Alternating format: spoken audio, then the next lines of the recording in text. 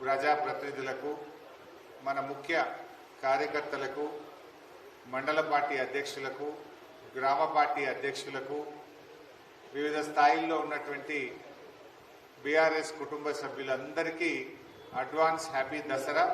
మీ అందరికీ దసరా శుభాకాంక్షలు. మిత్రులారా, ఇప్పుడే కాంగ్రెస్ పార్టీ ప్రజలకు ఏం బాకీ పడ్డది,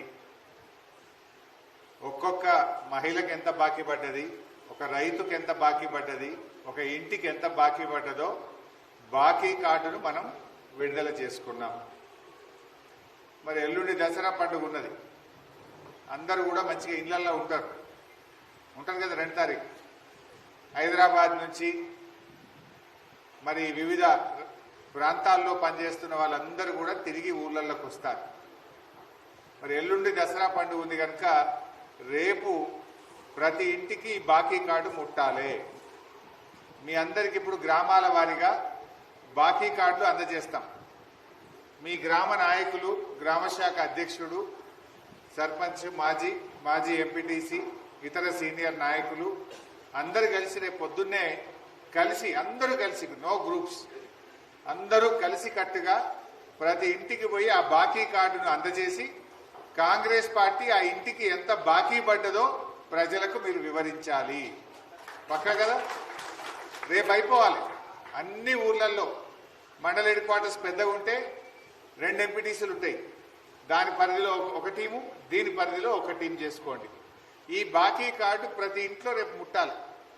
ప్రతి ఇంట్లో చర్చ జరగాలి.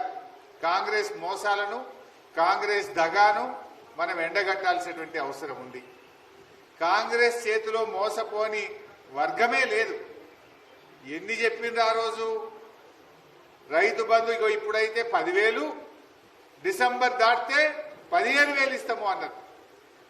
మరి వచ్చినాయా 15,000 కన్నా? పోయిన వానకాలం రైతు బంధు మొత్తానికి ఎగ్గొట్టిండు.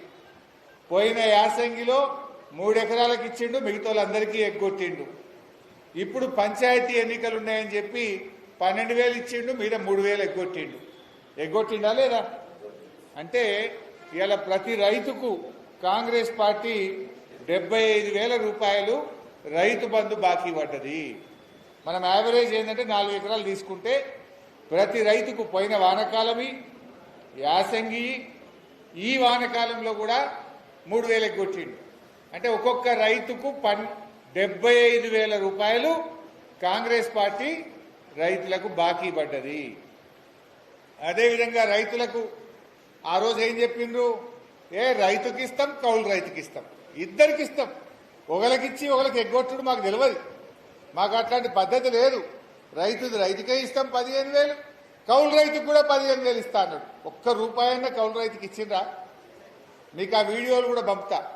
రేవంత్ రెడ్డి అన్నాడు, రైతుకిచ్చి కౌలు రైతుకి ఎగ్గొట్టాం, కౌలు రైతుకిచ్చి రైతుకి ఎగ్గొట్టాం, ఇద్దరికి రైతు బంధు ఇస్తా, 15,000 ఇస్తా, 2 పంటలు కాదు 3 పంటలకు ఇస్తా అన్నాడు. లేదా? 2 లేదు 3 లేదు, మొదటికే మోసం పెట్టిండు. కరోనా వచ్చినా మన కేసీఆర్ గారు ఎమ్మెల్యేల, మంత్రుల జీతాలు బంధు పెట్టిండు తప్ప రైతు బంధు పెట్టలే కేసీఆర్. కానీ రేవంత్ రెడ్డి పోయిన వానకాలం ఎగ్గొట్టిండు, యాసంగిల 3 ఎకరాలకే ఇచ్చిండు, ఇప్పుడు కూడా 12,000 ఇచ్చిండు. దీన్ని దృష్టిలో పెట్టుకోవాలి. అన్ని అబద్ధాలే. అప్పుడు ఏమన్నారు? పెద్ద పెద్దోళ్ళకి ఇచ్చిండు కేసీఆర్ అన్నాడు. మరి ఇప్పుడు రేవంత్ రెడ్డి ఏం చేసిండు? అందరికి ఇచ్చిండు ఆయన కూడా. అంటే మన రాష్ట్రంలో సీలింగ్ ఉంటుంది రైతులకు. 54 ఎకరాల కంటే ఎక్కువ ఎవరికి ఉండదు. 25 ఎకరాల మీద ఎంతమంది ఉన్నారా అని తీస్తే 3%, 3 కాదు 0.3%. 10 ఎకరాల మీద ఎందరు ఉన్నారా అని తీస్తే 3%. అంటే 97% మంది రైతులు 10 లోపల ఉన్నారు. మరి ఎవడు పెద్ద ఉన్నాడు? అప్పుడేమో బదనాం చేసిండ్రు. వాళ్ళకు కూడా అర్థమైంది. కుర్చీలో కూర్చుంటే కేసీఆర్దే కరెక్ట్ అన్నారు, మళ్ళీ గదే పద్ధతి పాటించింది. అంటే ఇలా ఆ రోజు పెన్షన్ 200 ఉన్న పెన్షన్ మన కేసీఆర్ 2,000 చేసిందా లేదా? అంటే 10 అంతలు. మొదలేమో 5 అంతలు, 200, 1000 అయింది. మళ్ళీ గెలిస్తే 1000, 2,000 అయింది. ఈ రకంగా 10 అంతలు పెన్షన్ పెంచింది మన బీఆర్ఎస్. వీళ్ళు 2,000, 4,000 చేస్తామన్నారు. ఇవాళ వరకు లేదు. ఆ రోజు చెప్పింది ఏంది? అత్తకిత్తం, కోడలికిత్తం. రేవంత్ రెడ్డి చెప్పిండు అత్తకిత్తం అని కోడలికి ఎగబెట్టాం, కోడలికే, అత్తది అత్తకే, ఇక ఇందిరమ్మ రాజ్యం వస్తే డిసెంబర్లో 4,000 పడతాయవ్వా అని డైలాగులు కొట్టిండు. ఎలక్షన్ల ముందేమో రజనీకాంత్, ఎలక్షన్లు అయినాక గజనీకాంత్ అయిపోయింది రేవంత్ రెడ్డి. అంత గజనీకాంత్ మాటలు అర్థమైతే లేదా పబ్లిక్? అవ్వకు లేదు, కోడలకు లేదు. ఉన్న 2,000 కూడా ఓ 2 నెలలు ఎగ్గొట్టిండు నడుము. ఇట్లా 4,000 గురించి మాట్లాడుతూనే లేడు. ఇది మనం చెప్పద్దు అవ్వకు, తాతకు, బీడీ కార్మికురాలికి, వికలాంగులకు, అవ్వకు, తాతకు, వితంతురాలికి, ఒక్కొక్క మహిళకు ఇవాళ రేవంత్ రెడ్డి 44,000 రూపాయలు బాకీ పడ్డాడు.